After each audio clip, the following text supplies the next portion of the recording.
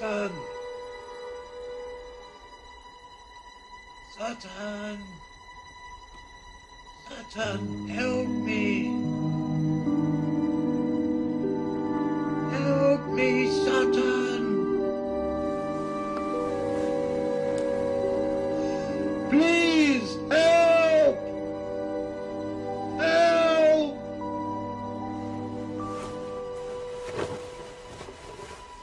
Help me, Satan!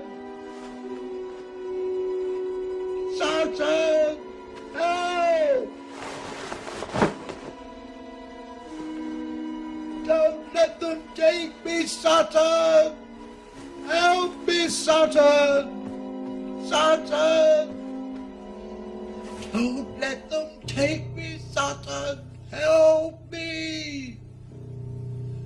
Help me, Satan! Satan, help! Please, help! Help!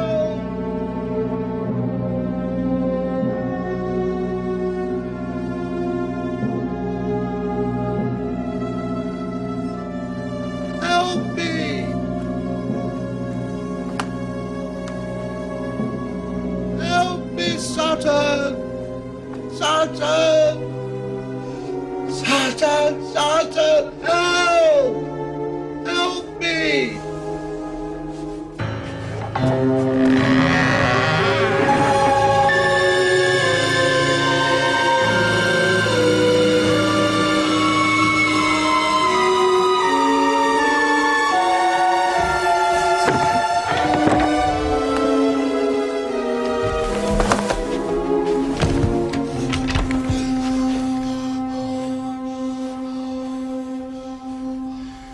Satan! Satan!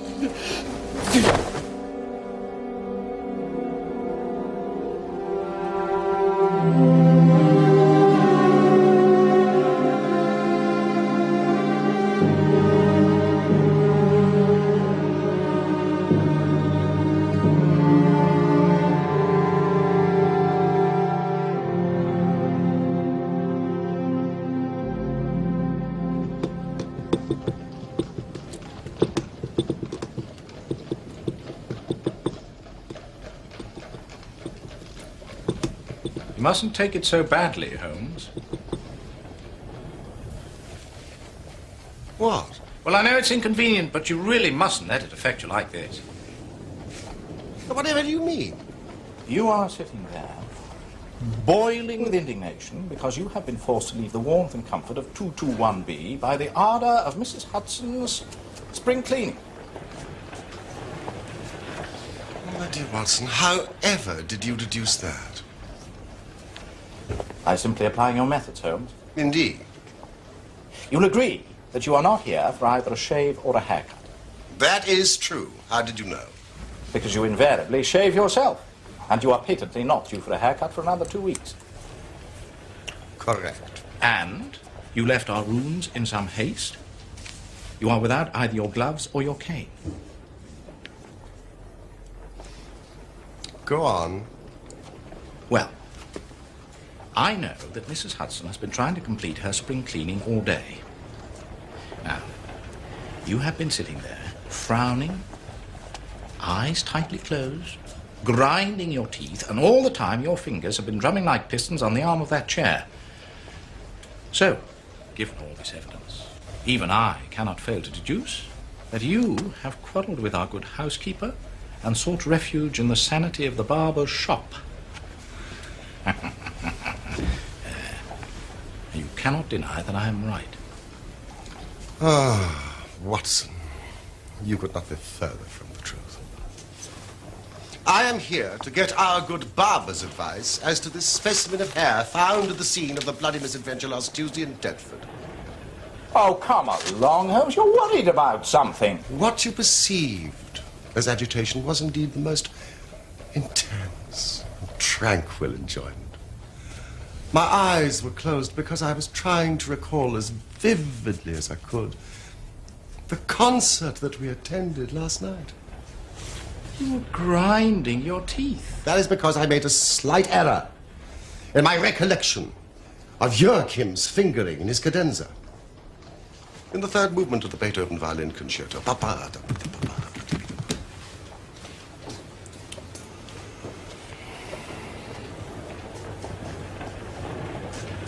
Nevertheless, there is an element of truth in what you say. Ah!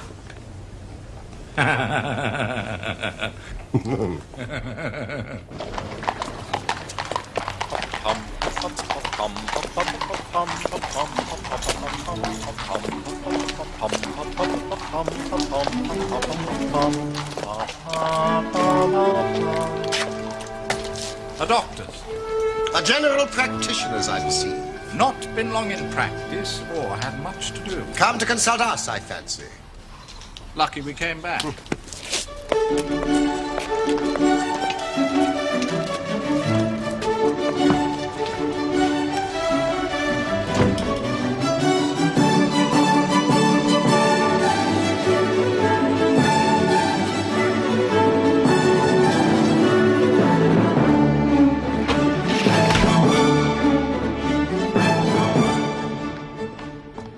Mr. Holmes. Thank you, Mrs. Hudson. Doctor. This is my friend and colleague, Dr. Watson. Pray, resume your seat and tell me how I may serve you. Well, I am indeed a doctor. My name is Percy Trevelyan. I live at number 403 Brook Street. Aren't you the author of a monograph upon obscure nervous lesions? Yes, but I so seldom hear of the work, I thought it quite dead. By no means. My publishers give me a most discouraging account of its sales. You are yourself a medical man. Retired army surgeon. My hobby has always been the study of nervous disease. I should, of course, like to make it an absolute speciality. But a man must take what he can get first. However, this is beside the question. And I do appreciate, Mr. Holmes, how very valuable your time is. The fact is that a singular train of events has occurred recently at my house in Brook Street. And tonight they came to such a head that I felt it was impossible to wait another hour before asking for your advice and your assistance. You are very welcome to both. Let me have a detailed account of the circumstances which have disturbed you. Well, one or two of them are so trivial that I am almost ashamed to mention them. But the matter is so inexplicable and the recent turn it has taken so elaborate that I shall lay it all before you and you shall judge what is essential and what is not. I am a London University man, and I am not unduly singing my praises when I say I was a very promising student. And it was thought a distinguished career lay before me. However, there was one great stumbling block. Money? Indeed, Doctor, money. I needed capital not only to practice, but also to get out of the squalid rooms I was forced to rent. I could not expect my patients to trust me if I could not afford the proper equipment. Yes, I've seen it happen to too many of us. I myself was obliged to go into the army in order to follow my career. Indeed. I had thought of abandoning my own career, except for one sudden and unexpected incident. Exactly what kind of incident? One morning, 2 years ago, I received a visit from a man by the name of Blessington, who until that time had been a complete stranger to me.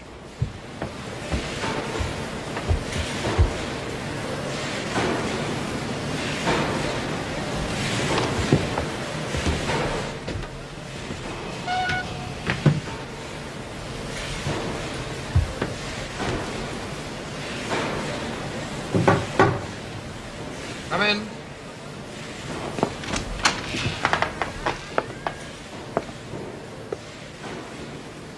Good heavens, do you live here, in this? Yes, I'm afraid I do. You are the same Percy Trevelyan who's had so distinguished a career. Recently won the Slater Award for Medicine. I am. Then answer me frankly, sir, and you'll find it in your interest to do so. Despite your present financial situation, you clearly have all the cleverness that makes a successful man. But have you the tact? I trust that I have my share, sir. Any bad habits? Not drawn toward drink? Now, really, sir. Quite right. Quite right.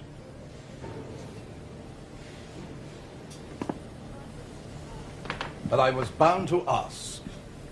Why? Why, sir? Simply, why, with all these qualities, are you not in practice? Come now, it's the old story, more in the brains than in the pocket, eh? Now, sir, what would you say, sir, if I were to start you in Brook Street? If a specialist is to succeed, he must aim high, and a practice in Brook Street is just the beginning. Capital, keep yourself in style, to hire a respectable carriage and horse, a surgery that's worthy of you, waiting room, servants, and the best equipment that money can buy. That is what you will have, sir.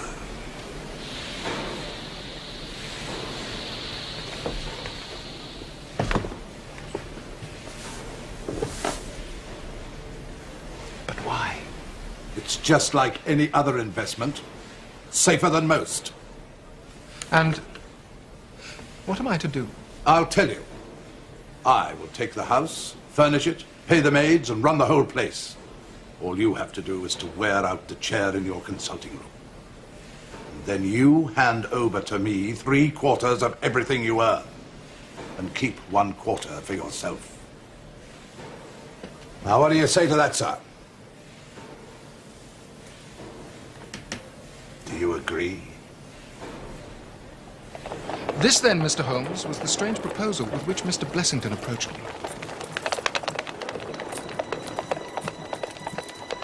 I will not weary you with how we bargained and negotiated. But it ended with my moving into the house next quarter day and starting in practice on very much the same conditions as he had suggested.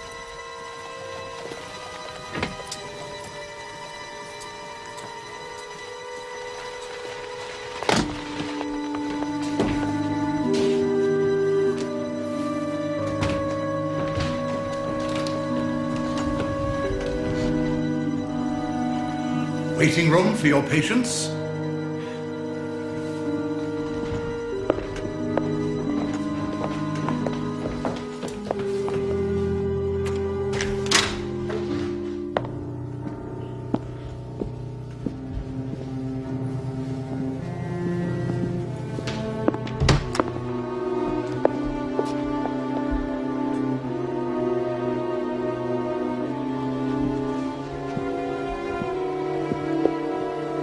Your consulting room.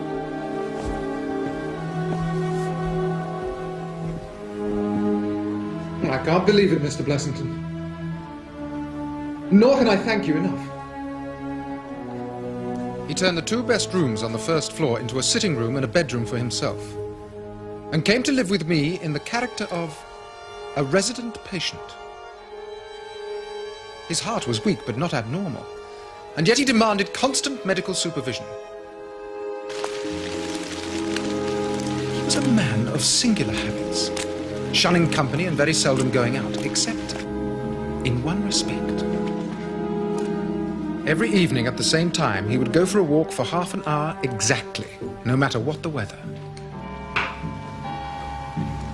And every evening at the same hour, he would walk into the consulting room. He would then examine the books, put down 5 and 3 for every guinea I had earned, and then carry the rest off to the strong box in his own room.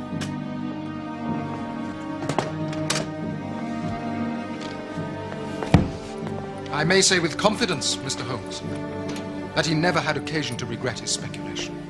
From the first, it was a success. And during the last 2 years, I have made him a rich man. So much, Mr. Holmes, for my past history and my relations with the resident patient, Mr. Blessington. It only remains for me now to tell you what has occurred to bring me here tonight. Some weeks ago, Mr. Blessington came down to me in, as it seemed to me, a considerable state of agitation.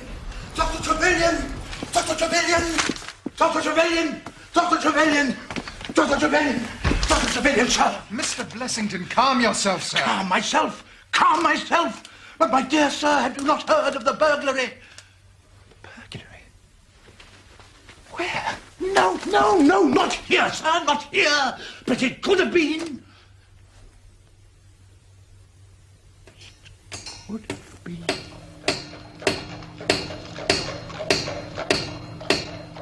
Within a week, the whole house had become a fortress of bolts and bars and locks. You sure these bars are strong enough? They'd be strong enough for the Bank of England, sir. Mr. Blessing, when I questioned him upon the point, he became so offensive that I was compelled to drop the subject. At first, Mr. Holmes, I thought he merely sought to protect his strongbox. But then, I suspected that it was his life he was protecting. From then on, he stopped going out altogether, peered continually out of his windows, and kept himself locked in his room in what I can only describe as a state of mortal dread.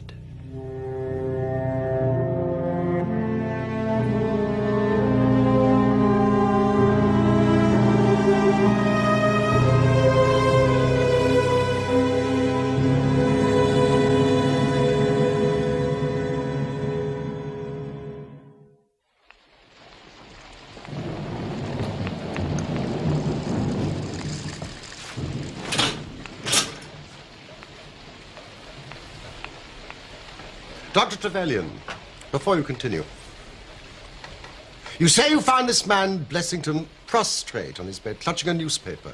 And more precisely, the remains of a newspaper, for he had torn it to shreds.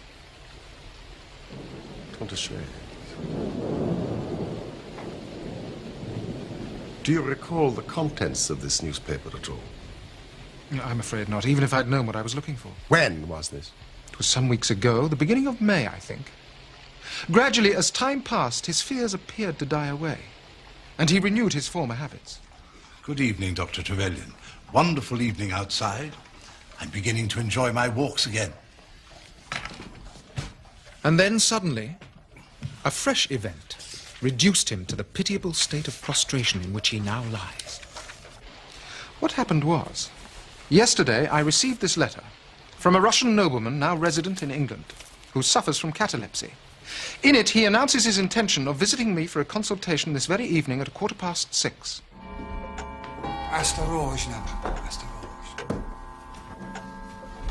Because the chief difficulty in the study of catalepsy is the rareness of the disease, you may believe that at the appointed hour, I was eager to receive the patient. Good evening, gentlemen. I'm Dr. Trevelyan. And it was you, sir, I assume, who wrote to me? My father speaks very little English, doctor, so I trust you will excuse my coming in with him, as his health is a matter of the most overwhelming importance to me. Yes, I respect that, sir. Fenton. Perhaps, sir, you would like to join us for the consultation? Not for the world.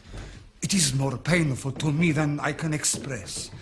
If I were to see my father in one of those dreadful seizures, I am convinced I would never survive it. My own nervous system is an exceptionally sensitive one. Mm-hmm. With your permission, I will remain in your waiting room while you go into my father's case. Yes, of course. Thank you, doctor.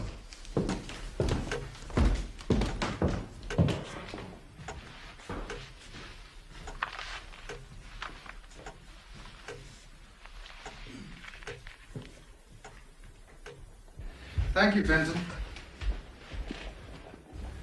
Now, sir, I hope you will forgive me if I ask you a few basic questions. And first, can you tell me your age? 67. And apart from catalepsy, would you say you are physically sound? Normally, do you have good health? No headaches? Abdominal pain? Any pain at all? No. Good.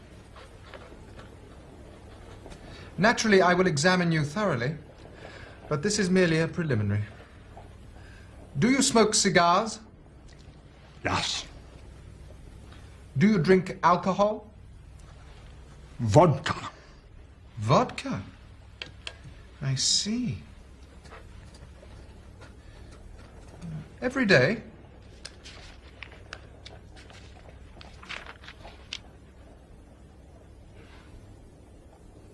My God.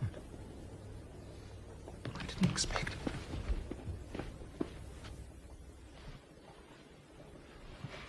My first feeling was one of pity and horror.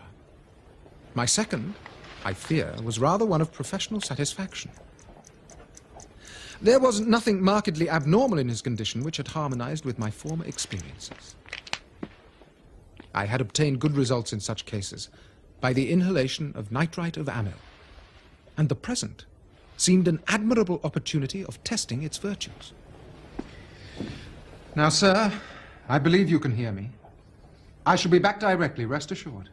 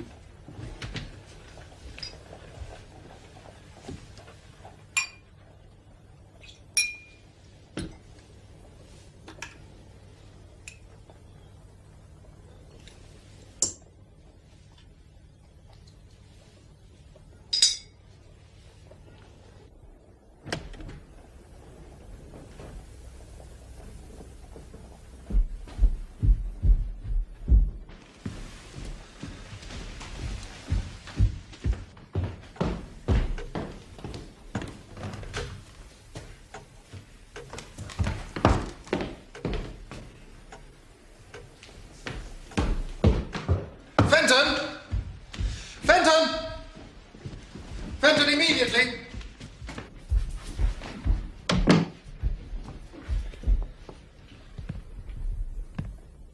Fenton, the two gentlemen you showed in less than 15 minutes ago, did you see them leave? Leave? No, sir. Are you sure? I'm positive, sir.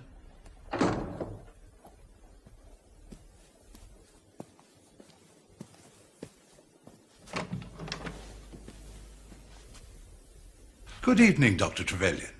Good evening, Mr. Blessington. And how was your walk today? A little rain, but very amiable, my good sir. Very amiable.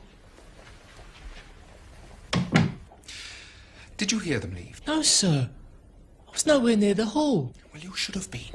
That is your duty. Now, I know you are new here, but you should know by now. Doctor! Doctor! Doctor! Doctor! Someone has been in my room! No one has been in your room, It's sir. a lie! You're lying to me! I assure you I am not. Fenton, have you been in Mr. Blessington's room? Of course I haven't. There you are, you see. Then come up and see for yourself!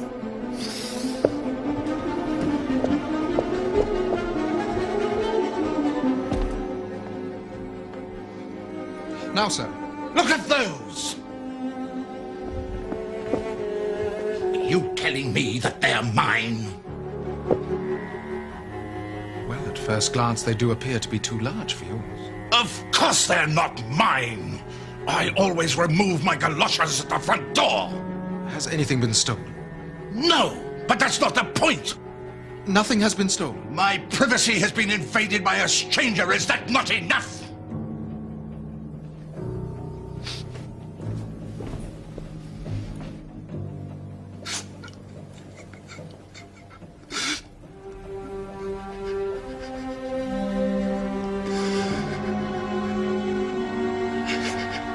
Mr. Blessington? Mr. Blessington? Leave me alone. Go away, leave me alone. Surely there's something I can do to help. Shall I call the police? No. No, not those bunglers.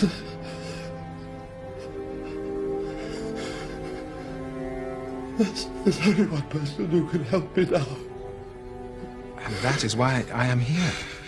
But I must apologize for such a trivial reason. A thief that doesn't steal. Did he ask for me by name? Oh, yes. Then let us be on our way.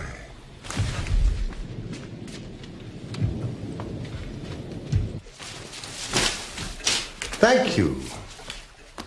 This way?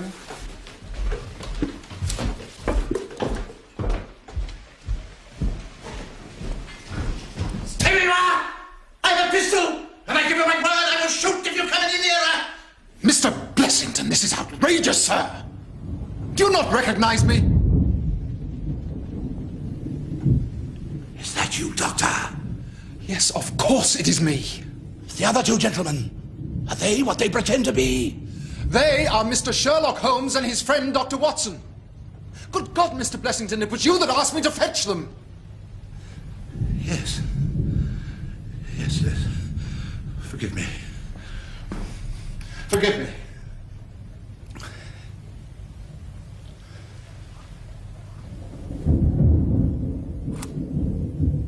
Gentlemen, do come up. I'm sorry if my precautions have annoyed you. Good evening, Mr. Holmes. I'm sure I'm very much obliged to you for coming round. No one has ever needed your advice more than I. No one. I expect Dr. Trevelyan has told you of this unwarrantable intrusion into my rooms. Why, sir, Mr. Blessington, who are these two men? Which two men? I don't know them. Then why do they wish to molest you? Molest me? You can hardly expect me to answer that. You mean that you don't know? Come in here, please. Just have the kindness to step in here.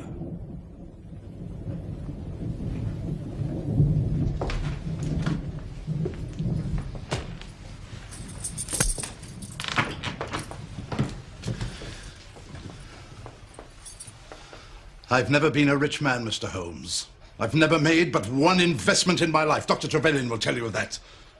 But I don't believe in bankers, sir. Never trust a banker, Mr. Holmes. Never.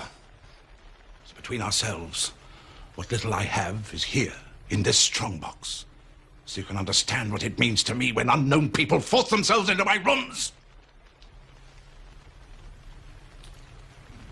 Mr. Blessington,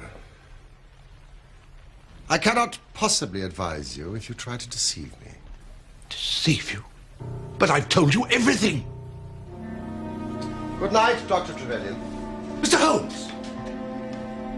No advice for me? My advice to you is to speak the truth.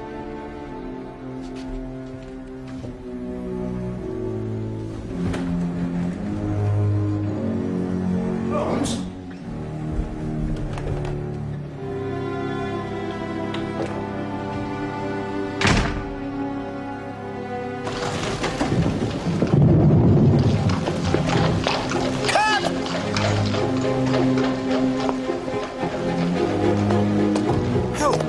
I can read in a man's eye when it's his own skin that he's frightened for. Yes, but why did you call him a liar? Because I am certain that he does know who these men are. Cab!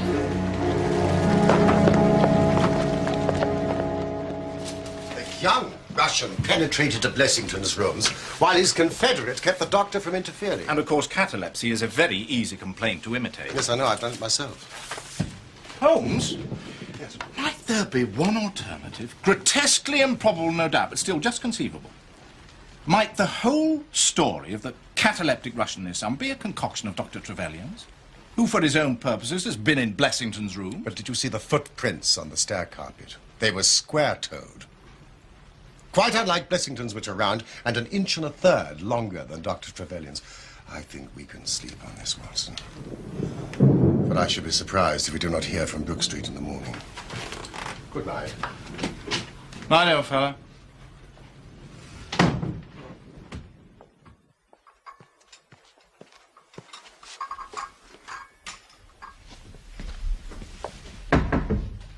Morning, Doctor. Your tea's here. Thank you, Nora.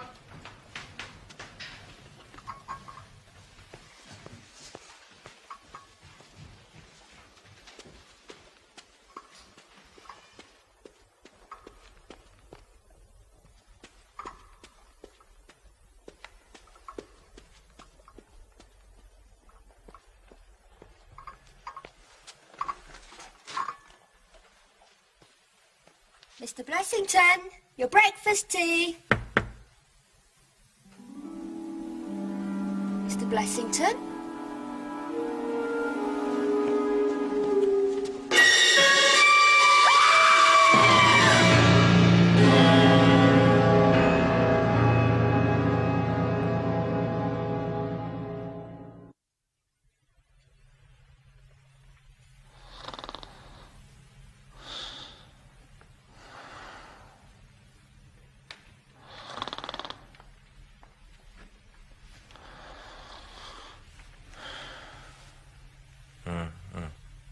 Watson. Get dressed quickly. There's a cab waiting for us. Why? What's the matter? The Brook Street business. Any fresh news? For God's sake, come at once, P. Trevelyan. Oh, Mr. Holmes, I'm so glad you could come. What has happened? Mr. Blessington has committed suicide. Suicide? Yes. He hanged himself during the night.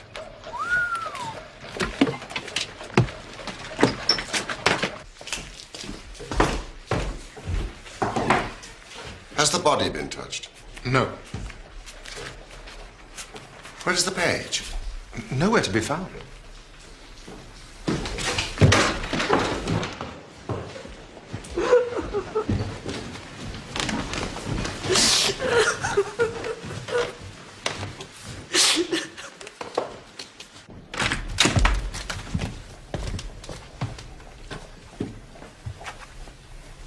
Good morning, Inspector. Mr. Holmes, delighted to see you. Now, please take a look. We were just about to take him down.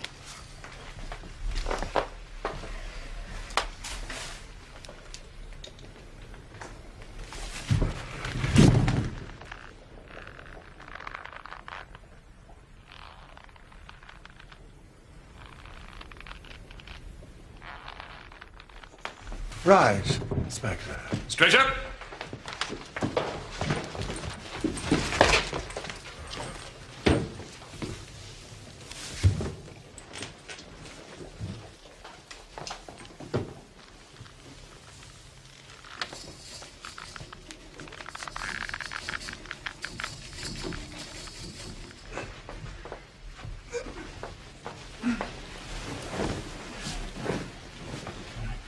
Well, that'll be all. Have you heard of the events leading up to this affair? Yes, Dr. Trevelyan has told me something of them. And have you formed an opinion? As far as I can see, the man was driven out of his senses by fright. The bed has been well slept in. There was his impression deep enough for all to see. It is about 5 in the morning, you know, that suicides are most common. That would be about the time that he hanged himself. Seems to have been a very deliberate affair. Yes, from the rigidity of the limbs, I'd say he'd been dead about 3 hours. Thank you, Watson. Noticed anything peculiar about the room? There was a screwdriver on the mantelpiece, and he seems to have smoked heavily during the night. I found these in the fireplace. Huh?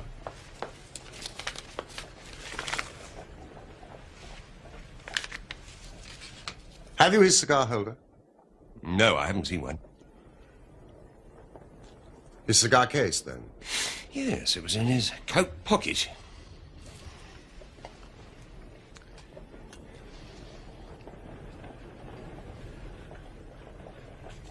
This is Havana. And these others are the cigars of the peculiar sort which are imported by the Dutch from their East Indian colonies. They're usually wrapped in straw, you know, and are thinner for their length than any other brand. I don't suppose you've read my monograph on cigars and cigar ash. Well, No, of course not. Thank you.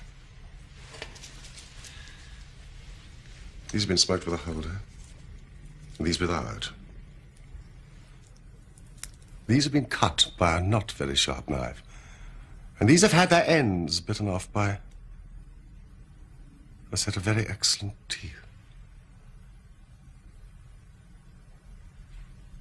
There were 3 men here last night. Good heavens. But nothing was stolen, so what were they doing here? That is what we have to find out. How did they get in? The same way we did, through the front door. If the door was barred in the morning... Then it was barred after they left. Well, how do you know that? I saw their traces. If you will just give me a few moments, Inspector, I may be able to give you some further information.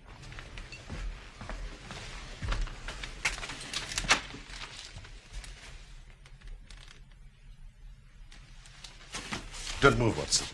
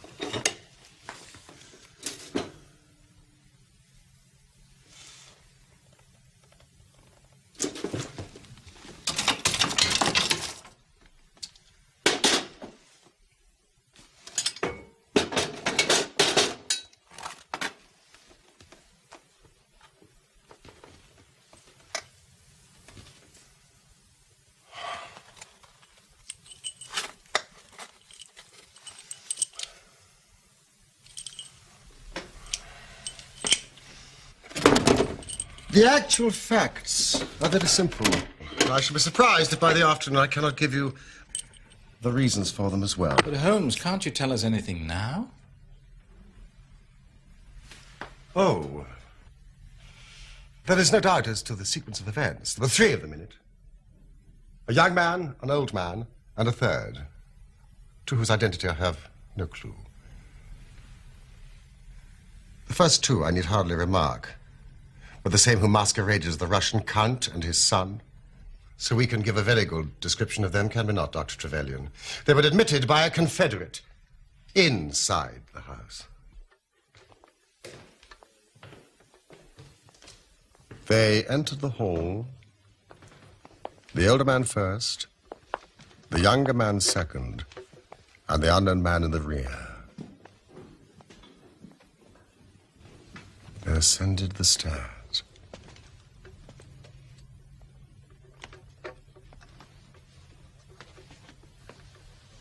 With the help of a wire, they forced the key.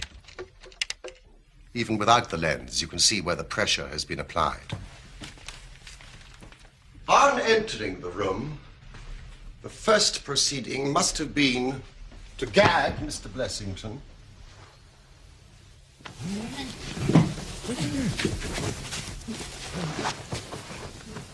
Having secured Blessington, it is evident to me that a consultation of some sort was held, probably in the nature of a judicial proceeding.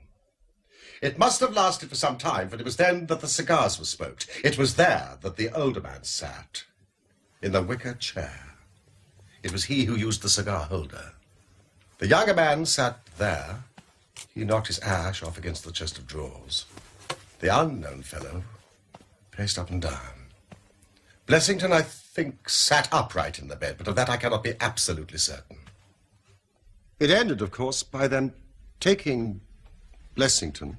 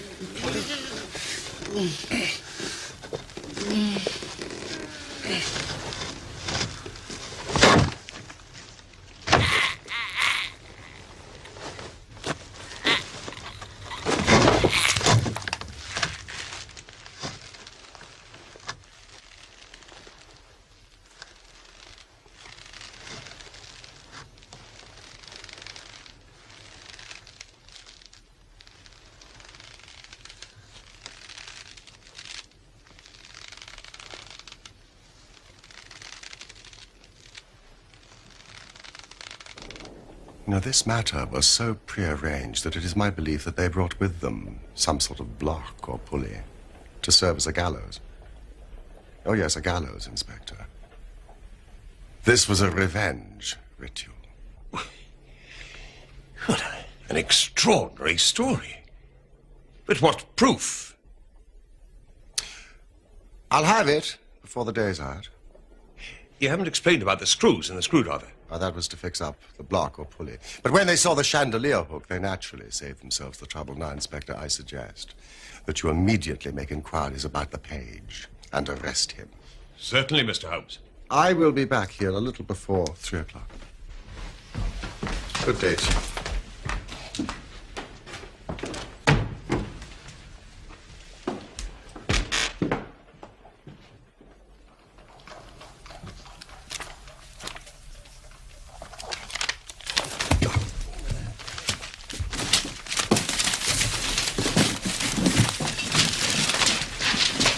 I dare say Mrs. Hudson will be a little put out when she sees all this.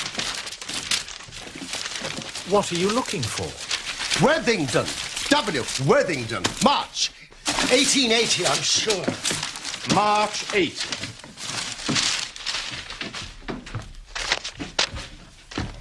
'80. January. February. March. good. Watson. Blessington. Or Sutton, as he was known then. Mrs. Hudson. Your little boat is coming along beautifully, Doctor. Oh, thank you, Mrs. Hudson. I must run.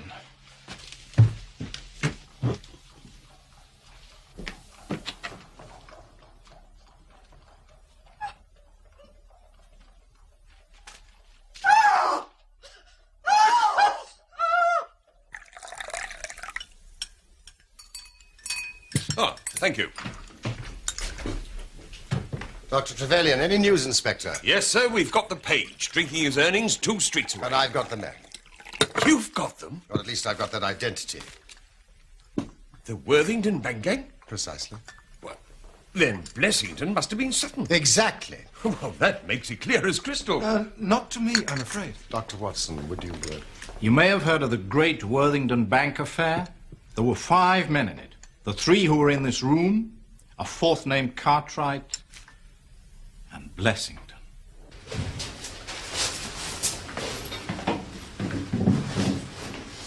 All right, let's be gone.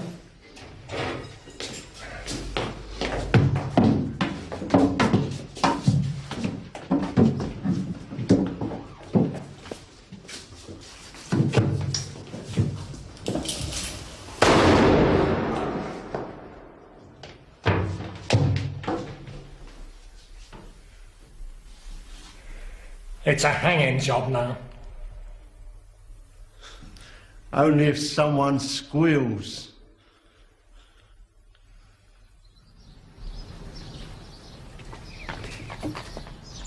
That's him.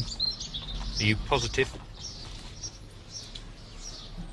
Oh, yes. That's him. Sutton! Sutton, you're dead! Sutton! Sutton! Sutton, you're dead! Sutton! Don't worry, Mr. Sutton. Sutton! It's a hanging job now. Sutton! You here? Sutton, or Blessington, who was the worst of the gang, turned informant. On his evidence, Cartwright was hanged, and the other 3 got 15 years apiece. Biddle, Haywood and Moffat were released from prison just a few weeks ago, which was several years before their full term. It was news of their release which caused Blessington to panic and have this house secured. So it was not the fear of burglary that had frightened him? No. That was a mere blind.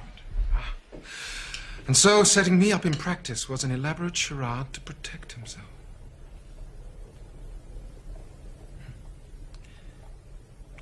Well, why could he not tell you this? He was trying to hide his own identity from everybody for as long as he could.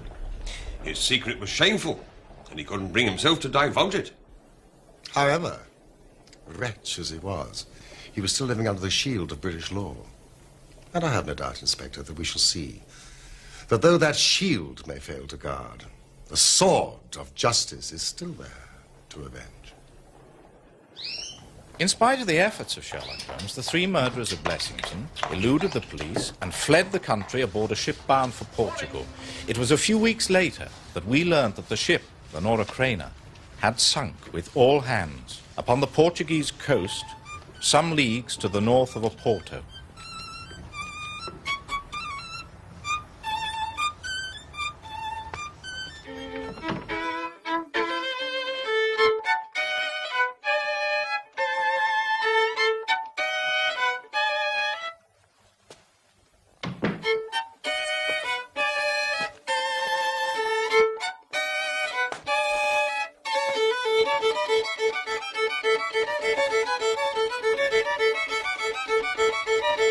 Holmes!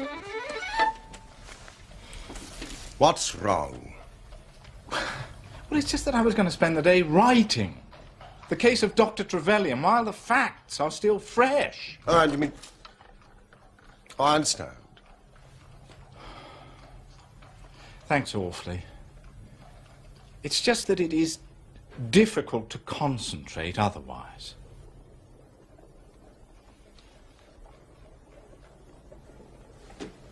What will you entitle this particular account? I didn't know you were interested in my writing. I am always interested in your choice of titles. Well, I thought I'd call it the Brook Street Mystery.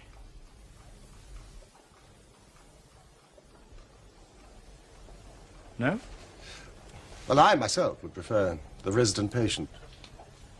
But please do not let me influence you. The